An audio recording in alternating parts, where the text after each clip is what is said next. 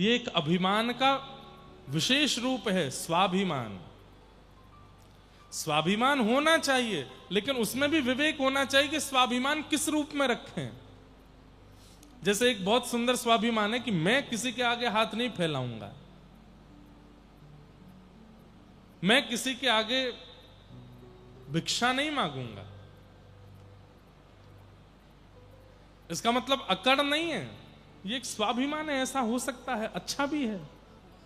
कई विषय में स्वाभिमान अच्छा है, पर कई विषय में अच्छा नहीं है। पति पत्नी के विषय में भी स्वाभिमान अच्छा नहीं, वहां पर भी स्वाभिमान ही है जिसके कारण उन दोनों का कलेश समाप्त नहीं होता। दोनों में से एक स्वाभिमान का भी त्याग कर देता है ना, तो संबंध बहुत लंबा समय तक चलता रहता है। और जब दोनों में स्वाभिमान आ जाता है तो उस संबंध का अंत निश्चित होता है। इसलिए स्वाभिमान का त्याग करो।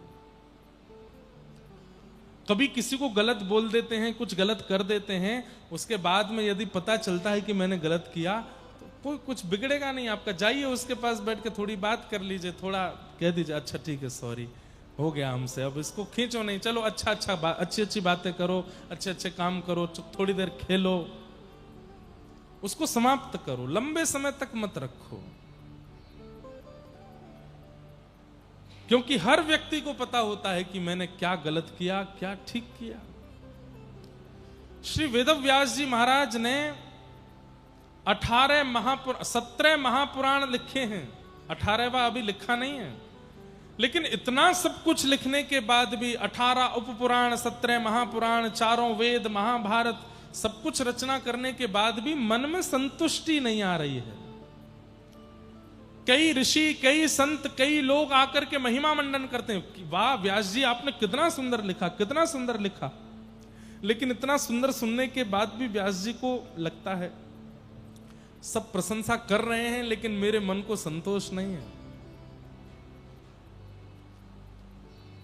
तभी व्यास जी के पास नारद जी का आगमन होता है और नारद जी महाराज आकर के व्यास जी से कहते, क्या बात है, इतने दुखी क्यों बैठे हैं? बोले देखो ना, मैंने कितने ग्रंथ पोथियां लिख दी, लेकिन मन अशांत है, मन में संतुष्टि नहीं है।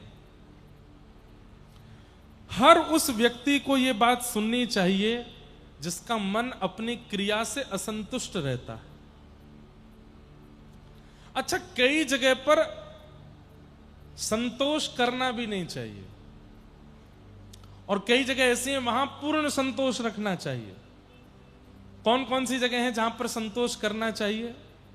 सबसे पहला, भोजन में संतोष करो।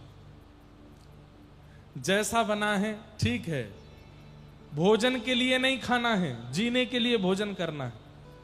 कई लोग भोजन के लिए जीते हैं और कई लोग जीने के लिए भोजन करते हैं। कौन सा अच्छा है, जीने के लिए खाना कि खाने के लिए जीना? जीने के लिए पाओ, उसमें संतोष करो, जो मिल जाए उसको पाओ।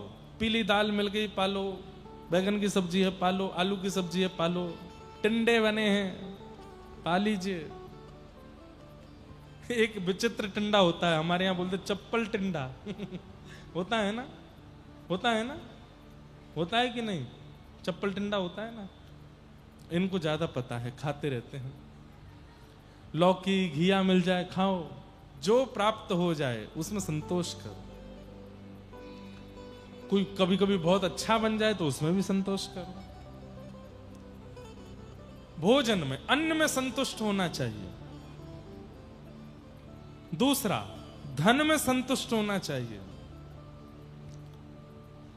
जितना मिल रहा है, जो प्राप्त हो रहा है, ठीक है, भगवान कृपा करेंगे, हम परिश्रम करेंगे तो हमारे परिश्रम के अनुसार हमको मिलेगा, लेकिन हम संतोष करें।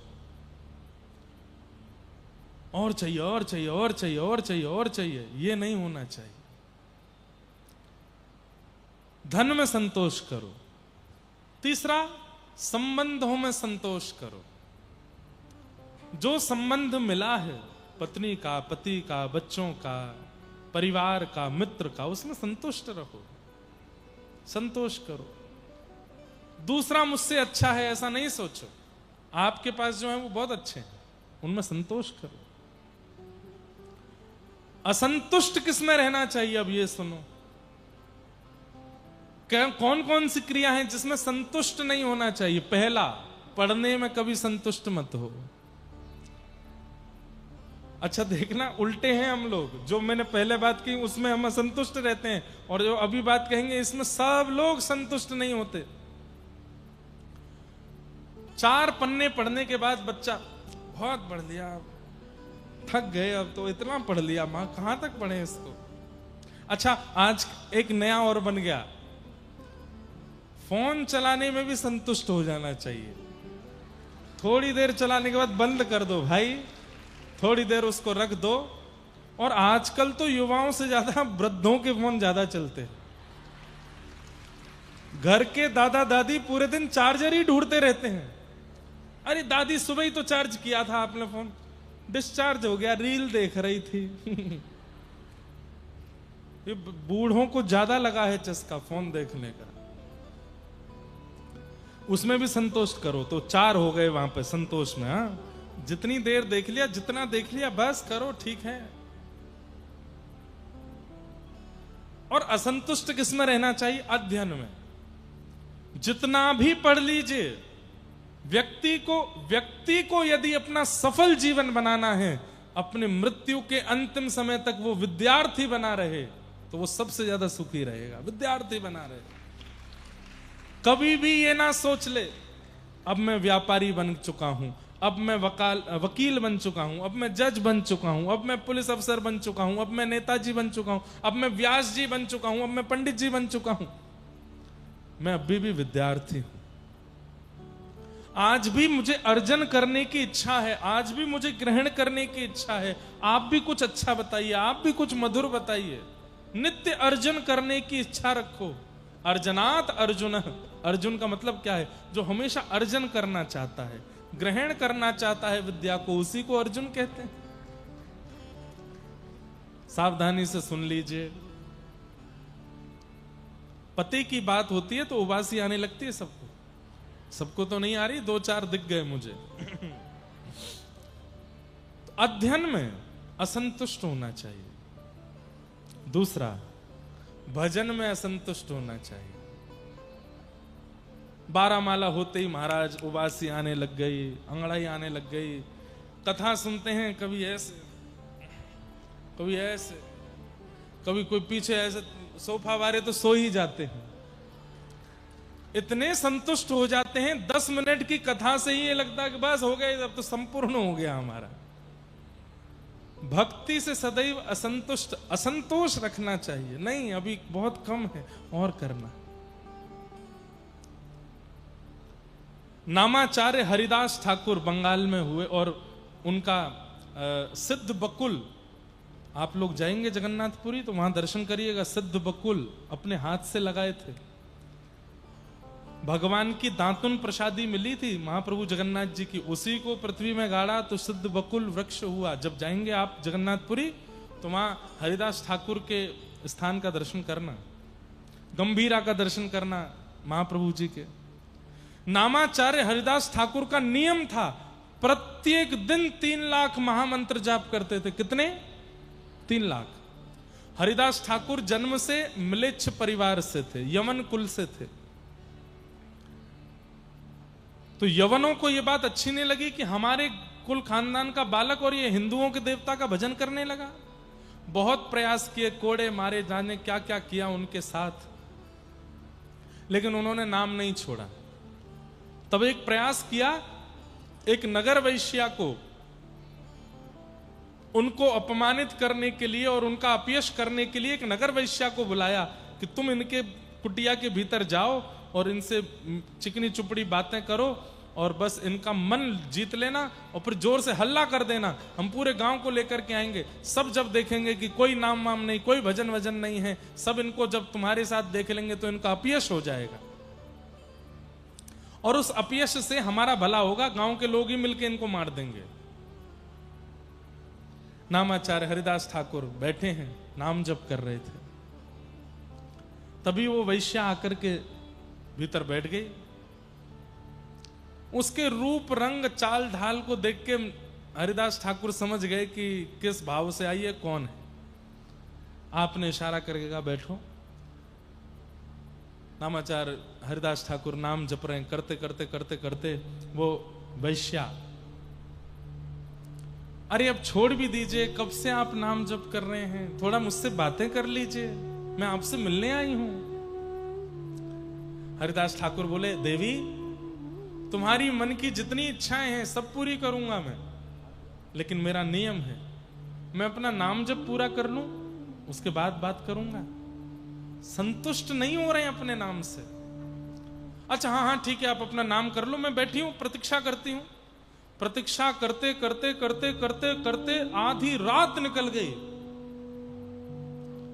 वैश्या उठ करके कहे, अभी और कितना है, अभी अभी चल रहा है, चलो। सुबह पक्षी चहकने लगे, भोर हो गई, सूर्योदय हो गया, और बाहर सब लोग खड़े थे, वो हल्ला करेगी तो हम भीतर जाएंगे। वैश्या बोली, और कितनी समय लगेगा आपको? बोले, देवी मेरा तो 3 लाख नाम जप का नियम है ना, तो सुबह ब्रह्म मुहूर्त में शुरू होता है और अगले दिन के ब्रह्म मुहूर्त में 3 लाख पूरे होते हैं और अगले ही क्षण 3 लाख दोबारा शुरू हो जाते हैं। तुम अभी थोड़ी देर के लिए जब सोई थी तभी मेरे नाम पूरे हुए, मैंने तुम्हारी ओर देखा तो तुम सो गई थी, तो मैंने अगली 3 लाख की नाम जपमाला शुरू कर दी, अब ये 3 लाख पूरे होंगे तब बात करूंगा। वैश्या सोचने लगी, अजीब आदमी है, मेरा रूप मेरा सौंदर्य कोई देख ले वो स्थिर नहीं बैठ सकता, और मैं इसके सामने बैठी हूं और ये अभी भी ये क्या लकड़ी घिस रहा है या नाम जप कर रहा है, ऐसा क्या है इस नाम में? मैं संध्या में आऊंगी तब तक नाम हो जाएगा। बोला, हाँ समय से आ जाना, जैसे ही मेरा 3 लाख नाम पूरा हो तुरंत आ जाना, तभी मैं तुमसे बात करूंगा। अब कितने बजे होगा? बोले, ये कैसे बताऊं, तो कभी भी हो सकता है। ठीक है, मैं थोड़ी देर आराम करके फिर से आती हूँ। वैश्या सोची कि अभी और बढ़िया श्रृंगार करके जाऊंगी, ऐसे चटक मटक बातें करूंगी, छोड़ देगा नाम को।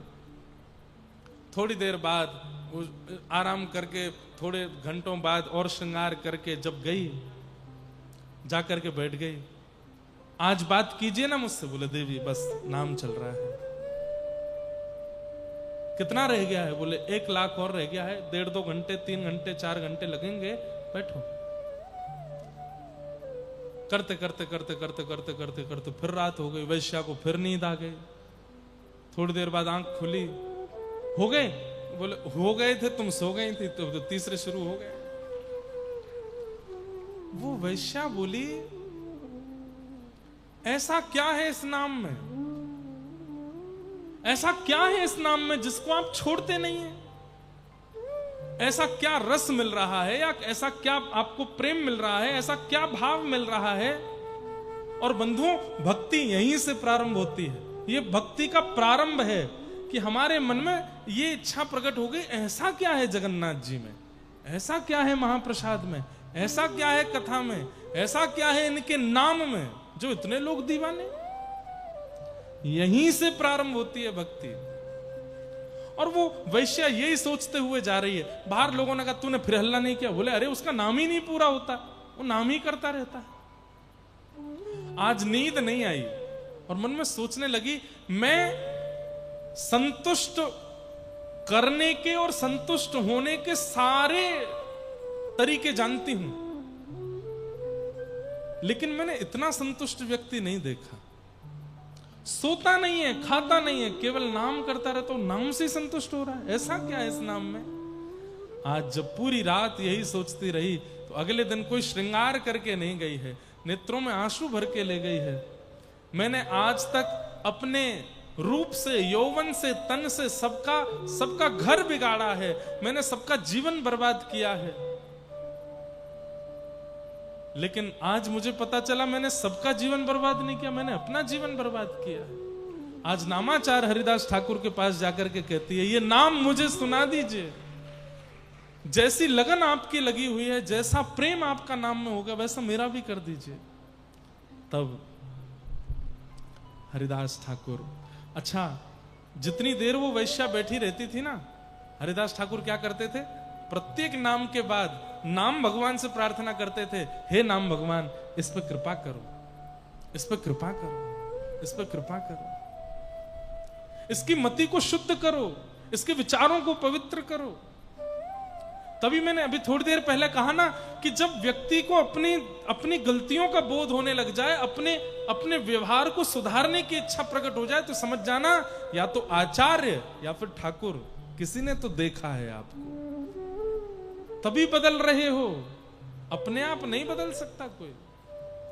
माता पिता पीछे पड़े रहते हैं बच्चों के, भजन किया कर, थोड़ा मंदिर जाया कर, कथाएं सुना कर, नहीं सुनेगा वो आपके कहने से। जब आचार्य की या ठाकुर की उस पर दृष्टि पड़ेगी उसी दिन सुनेगा वो। सौभाग्यशाली हैं जितने लोग यहां बैठे हैं, सब पर दृष्टि पड़ी है, इसलिए सुन रहे हो, इसीलिए बैठे हो। कल हमारे जो यजमान जी वो कह रहे थे, महाराज जी एक व्यक्ति भी उठ के नहीं जाता। मैंने कहा यही कृपा है कि उठ के नहीं जा रहे हैं। प्यास लगती तो भी नहीं जा रहे, किसी को वॉशरूम जाना तो भी नहीं जा रहे। मैंने कहा इतनी तटस्थता कथा के प्रति तभी बनती है जब महाप्रभु जी दृष्टि भर के देख लेते। व्यक्ति कहां इतनी देर रुक सकता है? कैसे रुक पाओगे आप लोग? नहीं रुक सकते।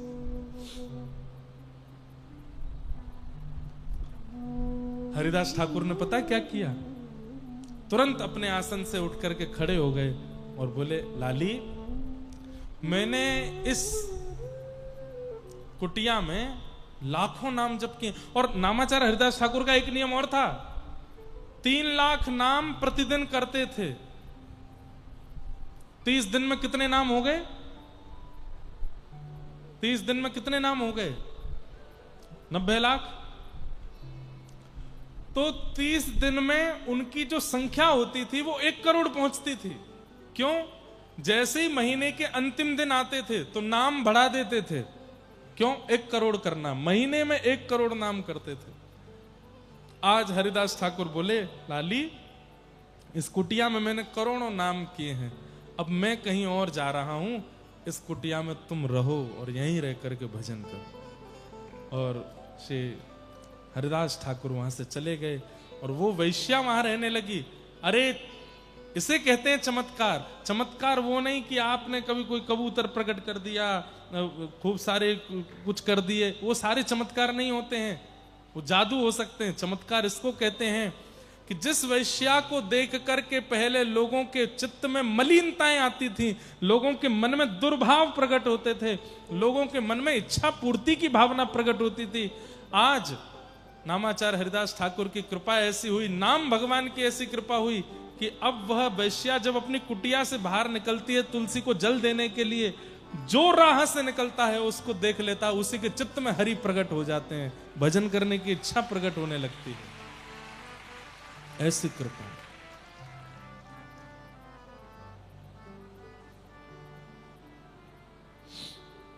ऐसी हरि कृपा हुई।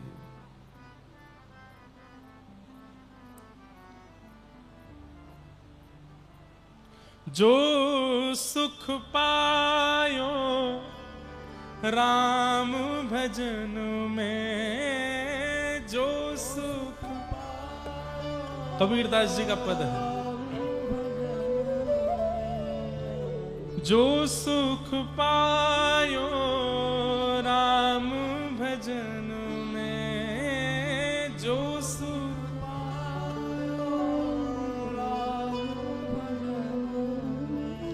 सो सुख नाही अमीरी में, सो सुख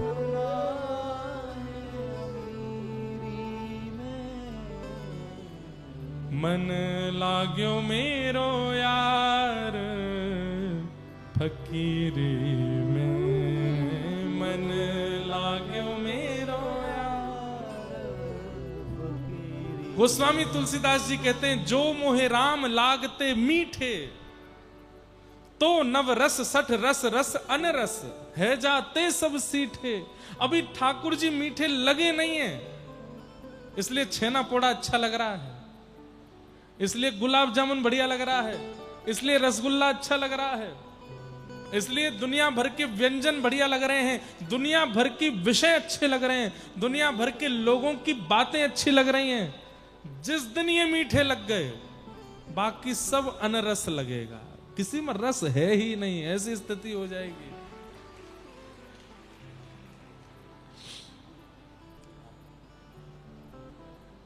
कहो तो कुसुमल साड़ी रंगावा, कहो तो कुसुमल साड़ी रंगावा। हमारे ना व्यासपीठ पे बैठने के बाद ऐसा लगता है महाप्रभु जगन्नाथ जी गोद में उठा लेते हैं, कभी इधर उछालते हैं, कभी कबीरदास जी पे उछालते हैं, कभी मीराबाई पे ले जाते हैं, नचाते रहते हैं, हम कठपुतली बन जाते हैं, बस नृत्य करते रहते हैं इन्हीं भावों में। मीराबाई कह रहे हैं, मुझे वस्त्र से फर्क नहीं पड़ता, मुझे श्रृंगार से फर्क नहीं पड़ता, मुझे वो चाहिए क्या, जिन भेषा मेरो सावरो रीझ है, जिन भेषा ओ जिन भेषा मेरो सावरो रीझ है,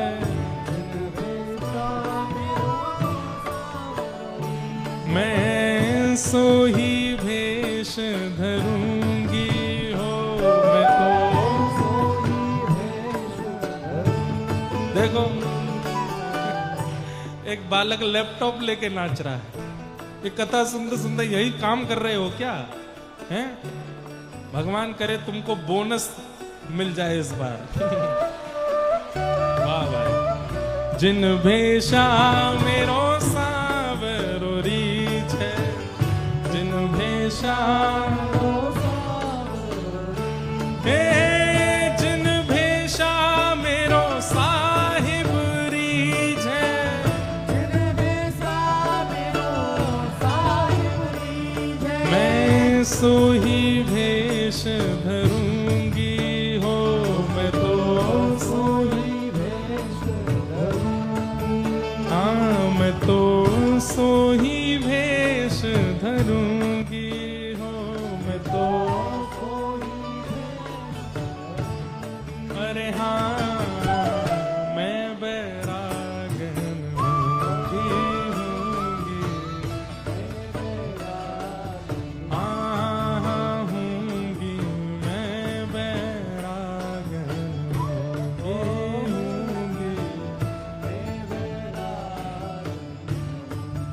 ओ बाला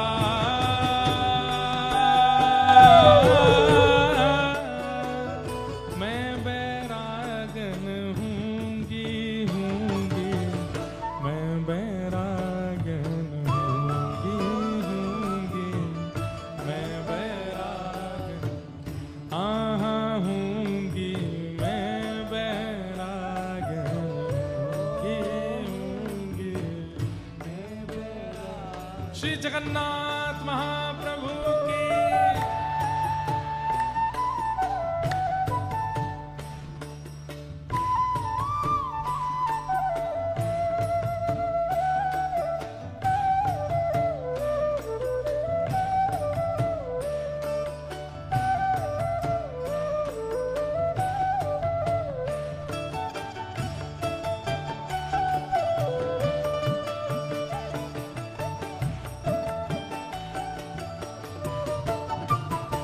वो प्राण हमारा वहाँ बसत है, प्राण हमारा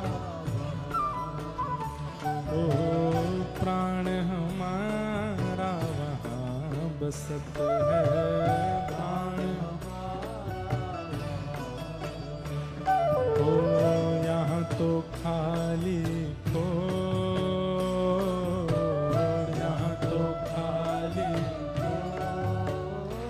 ओ मात पिता परिवार सोई है, मात पिता हाँ मात पिता परिवार सोई है, मात पिता ओ कहिए तिनका तो बाला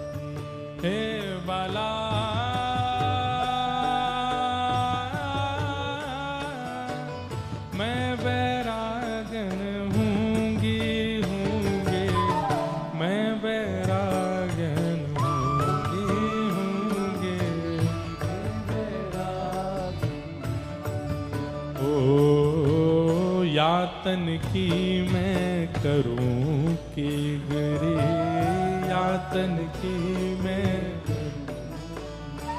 ओ रसना नाम कहूंगी, रसना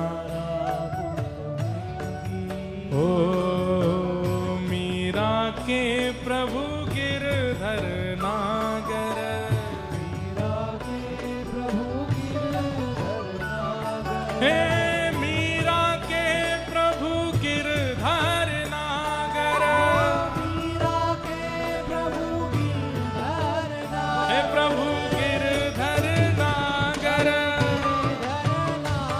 प्रभु गिरधर नागर,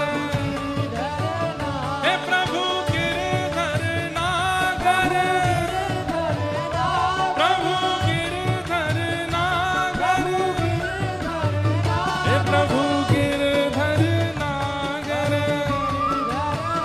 ओ प्रभु गिरधर नागर, मीरा के प्रभु गिरधर नागर, मीरा के प्रभु गिरधर नागर, मैं साधा संग रहूंगी हो, मैं तो साधा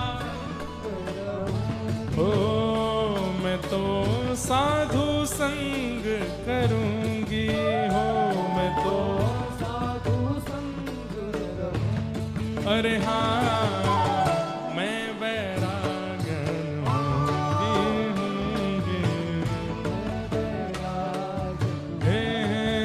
होंगी मैं बैरागन होंगी,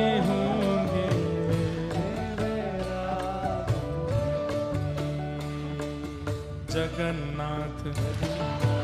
हमको सब बोलते हैं, बोले महाराज जी ये तो आप रोज ही गाया करो,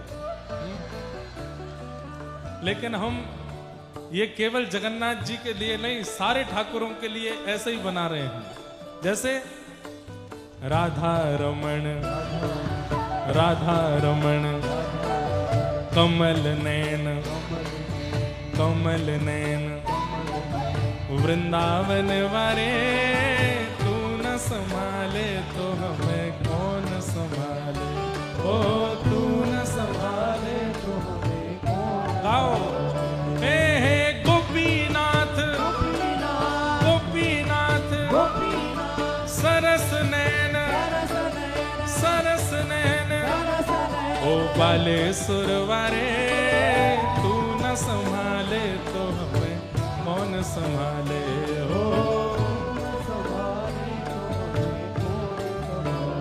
हे भक्तन के काज प्रभु खीर चुरावे, भक्तन के काज प्रभु खीर चुरावे, हाँ भक्तन के काज हरि खीर चुरावे, भक्तन के काज हरि खीर चुरावे, हे भक्तन के काज हरि माखन खावे, भक्तन के काज हरि माखन खावे, ओ हमें तू न संभाले तो हमें कौन संभाले, हो तू न संभाले तो हमें। गाओ हे गोपीनाथ, गोपीनाथ, गोपीनाथ, सरस नैन, सरस नैन, बालेश्वर वारे तू न संभाले तो हमें कौन संभाले, ओ तू न संभाले तो हमें कौन संभाले, जगन्नाथ, चकानैन, जगन्नाथ, चकानैन, नीलाचल वारे तू न संभाले तो हमें कौन संभाले, हो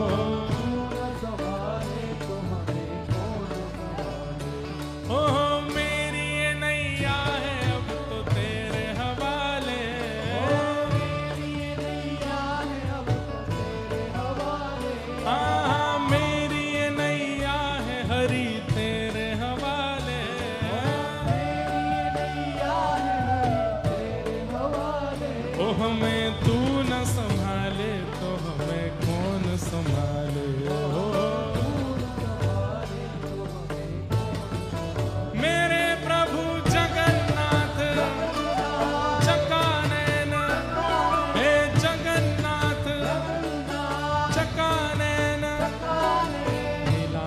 चलवा रे, तू न संभाले तो कौन संभाले।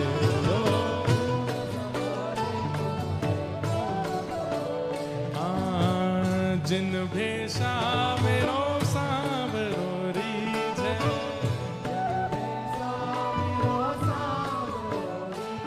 मैं सो ही भेष भरूंगी हो मैं तो। अरे हाँ मैं बैरागन होंगी, मैं बैरागन आहूंगी, मैं बैरागन होंगी।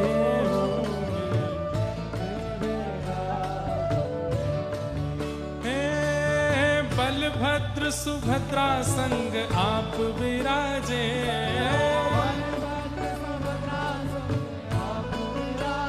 हो मंदिर के ऊपर नील चक्र विराजे, हो मंदिर के ऊपर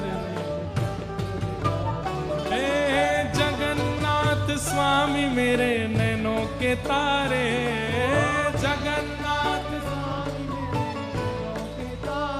ओ हमें तू न संभाले तो हमें कौन संभाले। ऊंचे स्वर में मेरे प्रभु जगन्नाथ चक्कानैन, जगन्नाथ चक्कानैन नीलाचल वरे, तू न संभाले तो हमें कौन संभाले।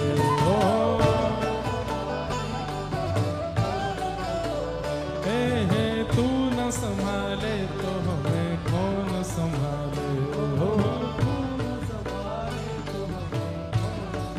मेरे प्रभु जगन्नाथ, जगन्नाथ चक्काने चक्काने नीलाचल वारे, तू न संभाले तो हमें कौन संभाले।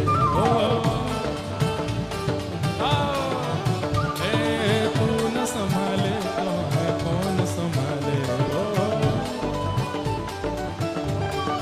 मेरे प्रभु मेरे प्रभु मेरे प्रभु, हम कहें मेरे प्रभु, पूरे सुर में गाओ जगन्नाथ।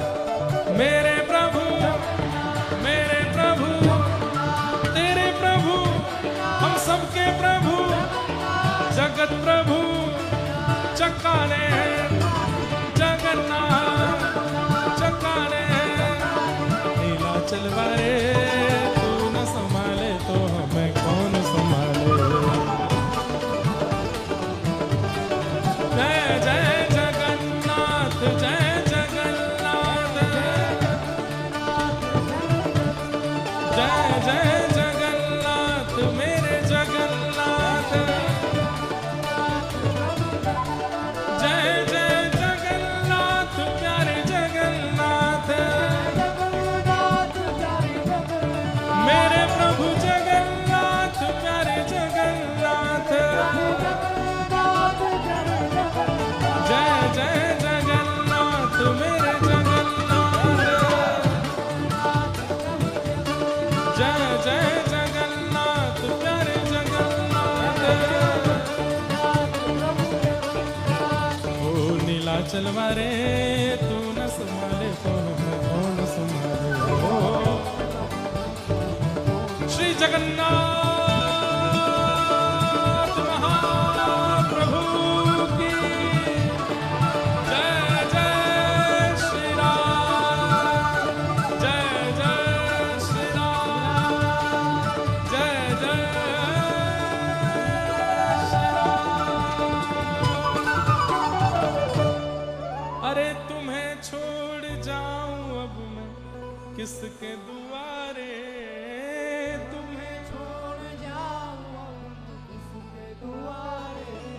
हमें तू न संभाले तो हमें कौन संभाले।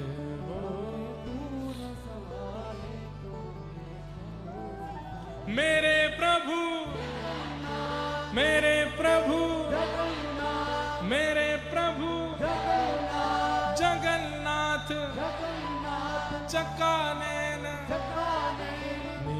चलवारे, तू न संभाले तो हमें कौन संभाले, तू न संभाले। श्री जगन्नाथ जगन्नाथ जगन्नाथ रक्ष माम, महाबाहु महाबाहु महाबाहु पाहि माम। बैठ जाओ। हरि हरि बोलो। आहा,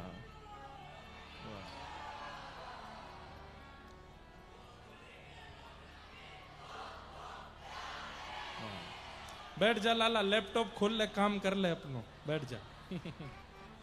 देखो कैसे कैसे प्रेमी लोग कहते हैं समय नहीं मिलता हमको कथा में आने का। देखो इन युवाओं से सीखिए, बेचारे यहीं लैपटॉप बैठ के काम भी कर रहे हैं, मीटिंग भी अटेंड कर रहे हैं, कथा भी सुन रहे हैं।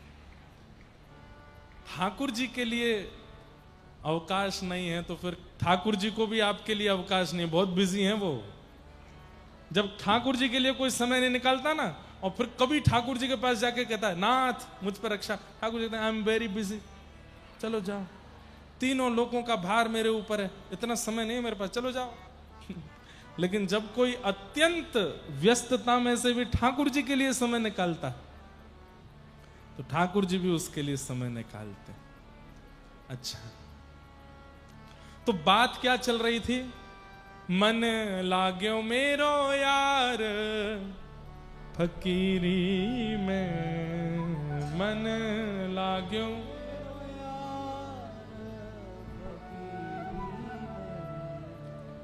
जो सुख पायो राम भजन में, जो सुख पायो सो सुख नाही अमीरी में, सो सुख नाही। मन लाग्यो मेरो यार फकीरी में, मन।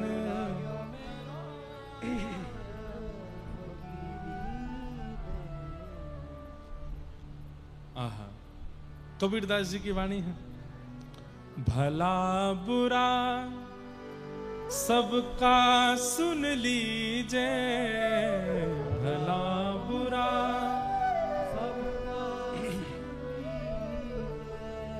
कर गुजरान गरीबी में, कर गुजरान। क्यों? प्रेम नगर में रहनी हमारी, प्रेम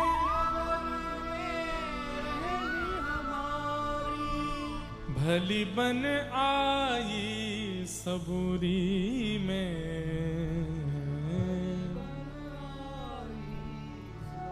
और आखिर यह तन खाक बनेगा, आखिर यह तन कहाँ फिरत मगरूरी में, कहाँ फिरत। कहत कबीर सुनो भई साधो, कहत कबीर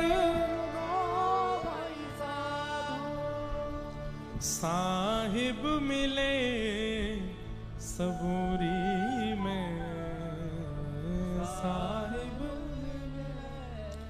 सबूरी में।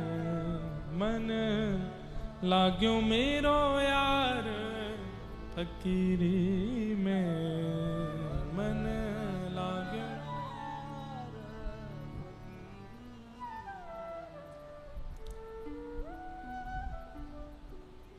अद्भुत है। तो व्यास जी को अपनी रचनाओं से प्रसन्नता है पर संतुष्टि नहीं है। भजन में कभी संतोष नहीं करना चाहिए। चाहे जितना हम भजन कर लें, जितनी हम कथा सुन लें, जितनी बार जगन्नाथ दर्शन कर लें, जितनी बार महाप्रसाद पालें, तब भी मन में अधूरापन लगना ही चाहिए, नहीं अभी इतना नहीं किया, अभी इतना नहीं हुआ, अभी इतने नहीं हो गया है। भजन में असंतुष्ट रहना चाहिए। कितने बातें बताई थी हमने असंतुष्टि की। पहली,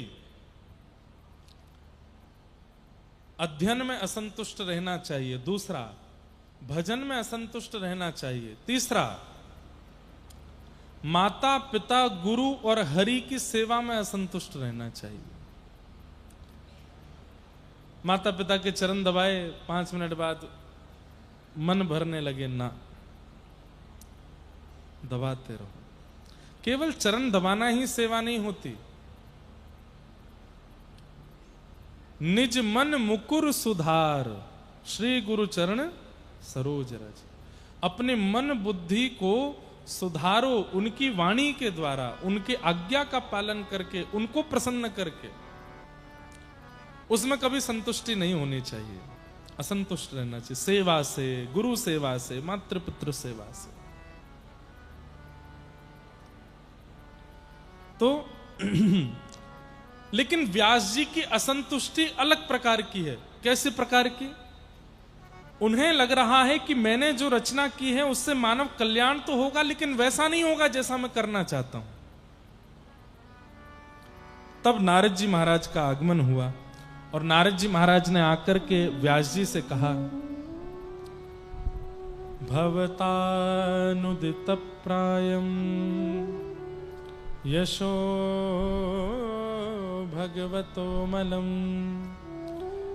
ये नैवासो न तुष्येत मन्ये तद्दर्शनम खिलम। कितनी अच्छी बात। व्यास जी, आपने जितने भी ग्रंथ पुराण आदि इन सब की रचना की है, इन सब की रचना से आपकी असंतुष्टि का कारण इसलिए है क्योंकि आपने चतुर्विध पुरुषार्थ को सब जगह लिखा है। और चतुर्विध पुरुषार्थ किसको कहते हैं? धर्म अर्थ काम मोक्ष, ये चतुर्विध पुरुषार्थ है। बहुत ध्यान से सुनिएगा, समझने वाली बात है। हम लोग भी कई बार अपनी क्रिया से, जीवन से थोड़े से असंतुष्ट से रहते हैं। कैसे संतोष पावें? तो ये बात समझनी पड़ेगी आपको। व्यास जी, आपने जितने भी ग्रंथ लिखे उनमें धर्म की प्रधानता बताई है। धर्म कैसे किया जाए, अर्थ कैसे कमाया जाए, कामनाओं की पूर्ति कैसे की जाए, और सब कुछ करते हुए अंत में मोक्ष कैसे प्राप्त पाया जाए, ये 4 बातों का ही विस्तार लिखा है आपने। तो व्यास जी बोले, ये 4 ही हैं जो पूरे संसार को चलाते हैं। यहां बैठा हर व्यक्ति और दुनिया का हर जीव इन 4 में ही संलिप्त है। कोई 4 कर रहा है या फिर कोई 4 में से कोई एक कर रहा है। जैसे कोई धर्म के मार्ग पर ही चलता है, शास्त्र ऐसा कहते हैं, धर्म ऐसा कहते हैं, गुरु आज्ञा ऐसी कहती है, ऐसा ही रहना चाहिए, ऐसा ही खाना, ऐसा ही पहनना, धर्म। कोई व्यक्ति अर्थ के मार्ग पर चलता है, यहां से कैसे कमाया जाए, इससे कैसे कमाया जाए, यहां से कमाई कैसे होगी, उसके दिमाग में यही चलता है, कमाई कैसे होगी। अर्थ के लिए जी रहा है, केवल धन।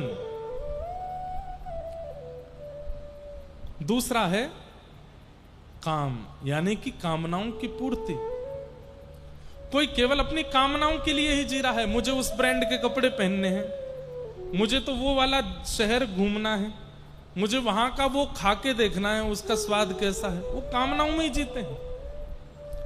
हमारे तो बहुत दुनिया के लोगों से पाले पड़ते हैं ना, ऐसे वाले लोग भी बहुत देखे हैं जिनकी केवल कामनाएं ही रहती हैं। सुबह का नाश्ता साउथ इंडियन होना चाहिए, दोपहर का भोजन राजस्थानी होना चाहिए, रात का भोजन कैसा होता है? रात का भोजन पंजाबी होना चाहिए। वो कामनाओं में ही जीते हैं।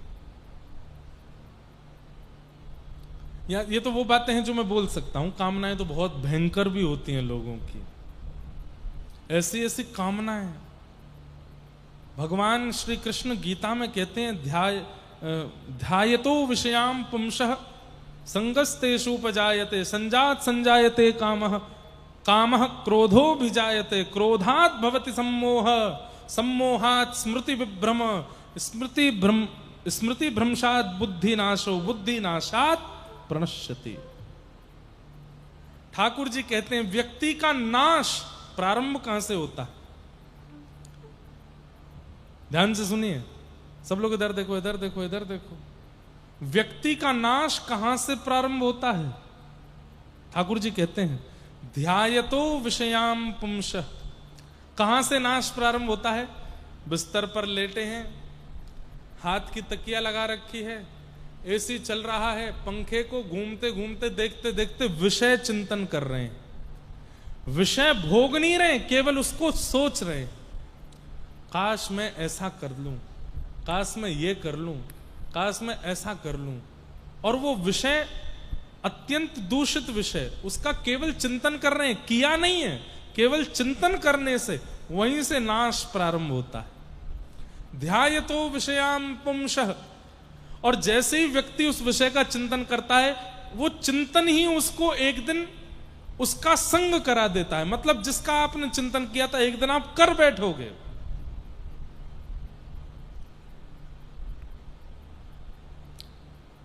जेल में बड़े बड़े पत्रकार जाते हैं और वहां कैदियों से पूछते हैं तुमने उसका वध क्यों किया?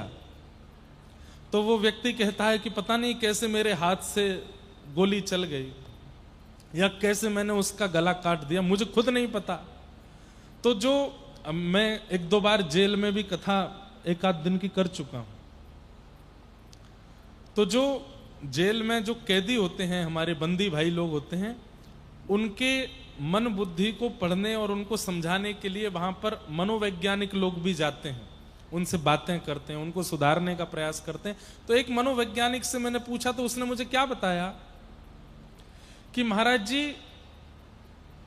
एक बात निश्चित है। मैंने क्या? जो पहली बार भी गुनाह करता है वो उस गुनाह को एक बार पहले कभी सोच चुका होता है, तभी उससे वो होता है। बिना सोचे हो ही नहीं सकता। ऐसा हो ही नहीं सकता कि आपने कुछ सोचा ना हो और आपसे वो गलती हो जाए ना, कभी तो सोचा है। ठाकुर जी स्पष्ट गीता में कहते हैं ध्यायतो विषयाम पुंसः। एक बार आपने उसको सोचा है और वही आपके मन में रह जाता है। अब सावधान रहना, कभी भी वो काम हो सकता है आपसे। संगस्तेषुपजायते संजात संजायते कामः कामः क्रोधो विजायते। फिर वही जो आपने सोचा था, जिस दिन आप कर बैठोगे, उसके करने से क्या होगा? आपके चित्त में काम प्रकट हो जाएगा। और काम अकेला नहीं आता है, काम का एक जिगरी दोस्त है। कौन? क्रोध साथ में आता है उसके। अगर किसी व्यक्ति का भयंकर क्रोध, अच्छा दो रूप हैं, प्रकट रूप है क्रोध, अप्रकट रूप है काम। बहुत ध्यान से सुनना। काम किसी के अंदर है, वो दिखाता थोड़ी है। साधु से दिखेगा, बिल्कुल सीधा सा दिखेगा, लेकिन यदि उसके अंदर क्रोध दिखाई दे रहा है तो यह बात निश्चित है कि उसमें काम भी है। कामात् क्रोधो विजायते और क्रोधात् भवति सम्मोह। क्रोध से सम्मोह जन्म लेगा, मोह जन्म लेगा। सम्मोहात् स्मृति विभ्रम।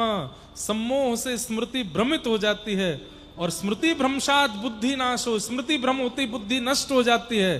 बुद्धि नाशात् प्रणश्यति। बुद्धि के नष्ट होते ही उसका पतन हो जाता है। पूरे स्टेप बता दिए ठाकुर जी ने। प्रारंभ कहां से हुआ?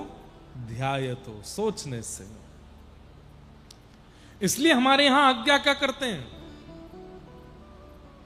ध्यान करो। किसका? श्री कृष्ण का। ध्यान करो किनका? जगन्नाथ का। ध्यान करो किनका? महाप्रभु जी का। ध्यान करो किनका? किशोरी जी का। क्यों? क्योंकि ध्यान में यदि वे ही बने रहेंगे तो वे रह करके अन्य किसी विकार को आने नहीं देंगे, और विकार नहीं आएगा तो कभी आपका नाश नहीं होगा। इसलिए नित्य ठाकुर जी का स्मरण करते रहो, स्मरण करते रहो। चलत कृष्ण, उठत कृष्ण, बैठत कृष्ण, आगे कृष्ण पाछे कृष्ण, इत कृष्ण उत कृष्ण, जित देखूं तित कृष्ण मायरी आगे, कृष्ण पाछे कृष्ण आगे, कृष्ण पाछे कृष्ण। इत कृष्ण उत कृष्ण, इत कृष्ण, गाइए ना।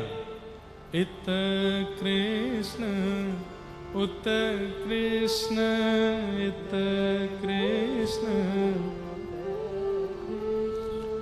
जित